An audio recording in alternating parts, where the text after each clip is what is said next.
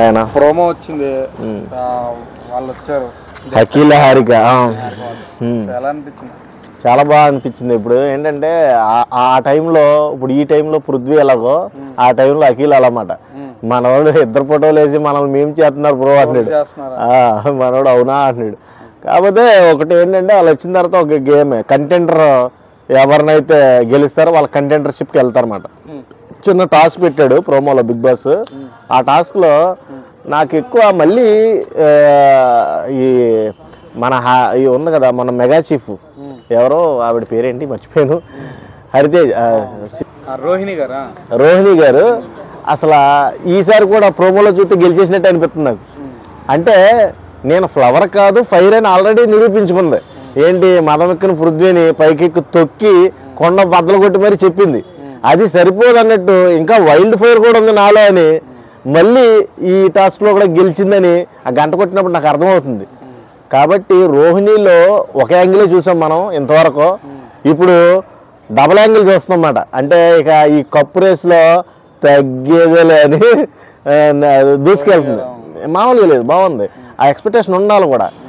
ఇప్పుడు ఆటలో అందరూ కూడా ఎవరైతే జీరో అన్నారో, ఎవరైతే బాడీ షేమింగ్ చేశారో, ఎవరైతే నువ్వు పరిగెట్టలేవు అన్నారో అందరికీ ఒక చెప్పు దెబ్బలాగా ఒక చెంప కొడితే గో పగిలిపోయేలాగా చెప్పింది మాట సమాధానం. చాలా బాగా అనిపించింది నాకు. రోహిణి నిజంగా లేడీ సింగం.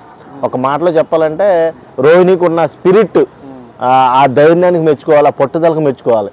ఇరిగిపోయిన కాలుతో తొక్కేసింది భయ పృథ్వీని. నాకు అదే నాకు అప్పటికీ మర్చిపోలేను. నువ్వు విన్నర్ అయిపోయావురా, మా దృష్టిలో ఎప్పుడో విన్నర్ అయిపోయావు. నువ్వు ఇంకా కప్పు కోసం ఏం ఆశపడవసరంలా, ఆల్రెడీ మా మనసులను గెలుచుకున్నాం. కాబట్టి Rohini is the king, Singam.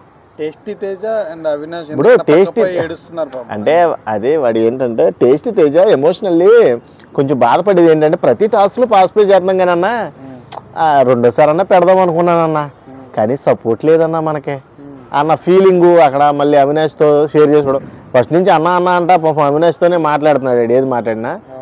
కానీ వాళ్ళిద్దరు కొంచెం ఎమోషనల్ అయ్యారు. ఎందుకంటే నిజంగా అందరూ కూడా ఒక సైడే సపోర్ట్ చేసినా కొంచెం బయాస్డ్గా వీళ్ళకి కూడా ఒక ఫీలింగ్ వస్తుంది, ఏంట్రా నన్ను ఒక్కరు కూడా సపోర్ట్ చేయట్లేదు అన్న ఫీలింగ్ వస్తుంది.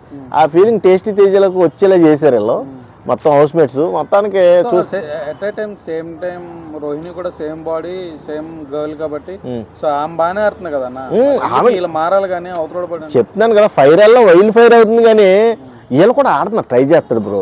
టేస్టీ తేజ ట్రై చేస్తాడు. అదే కదా స్టార్టింగ్ ట్రబుల్ ఉంది వాడికి, అక్కడే ఉండిపోతాడు పాపం. వాడి బాడీకి అలా పర్ఫామ్ చేయడమే ఆడి విన్నరు, అర్థమైందా? పాపం నేను తప్పు పట్టను కానీ ఇంకా తప్పు చేసేవాళ్ళు కూడా విన్ అయిన వాళ్ళు కూడా డిసప్పాయింట్ చేస్తున్నారు, అది తప్పు అంటున్నా. మొన్న 2 సార్లు మెగా చీఫ్ అయ్యాడు మన అవినాష్. ఆయన నామినేషన్లో నువ్వేమంటావు పృథ్వీ, ఏమంటావు? నువ్వు కామెడీ చేయడానికి వచ్చి నువ్వు కామెడీ ఒకటే వర్కౌట్ అవుతుంది ఇక్కడ అంటావా? అది తప్పు. అది చాలా రాంగ్ మాట్లాడాడు రాత్రి ఆ టాస్క్లో చూసుకున్నట్టయితే. పృథ్వీ నామినేషన్స్లో ఆ ఆర్గ్యుమెంట్ అనేది కరెక్ట్ కాదు, అలా మాట్లాడకూడదు. నీకు 2 సార్లు మెగా చీఫ్ అయి చూపించాడు, నువ్వు ఒకసారైనా ఐస్ అవ్వలేదు కదా, నువ్వు ఎట్లా మాట్లాడతావు? నాకు అర్థం కాదు పృథ్వీ. నువ్వు ఆ చండాలమైన వాగుడు ఆపితేనే నేను సపోర్ట్ చేస్తాను. నేను అప్పటిదాకా నేను సపోర్ట్ చేయను. నీ చండాలమైన వాగుడు ఆపాలి. ప్రేరణను ఆపమన్నాం, ఆవిడికి తెలిసిందో లేదో కానీ ఆపింది.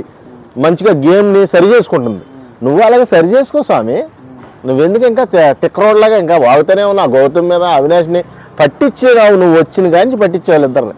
ఇప్పటి వరకు నిన్ను అలా అసలు కాన్సన్ట్రేషనే చేయలేదు. నువ్వు మట్టి వాళ్ళని బట్టి రోజు కాన్సన్ట్రేషన్ చేస్తున్నావు, అది నాకు నచ్చల.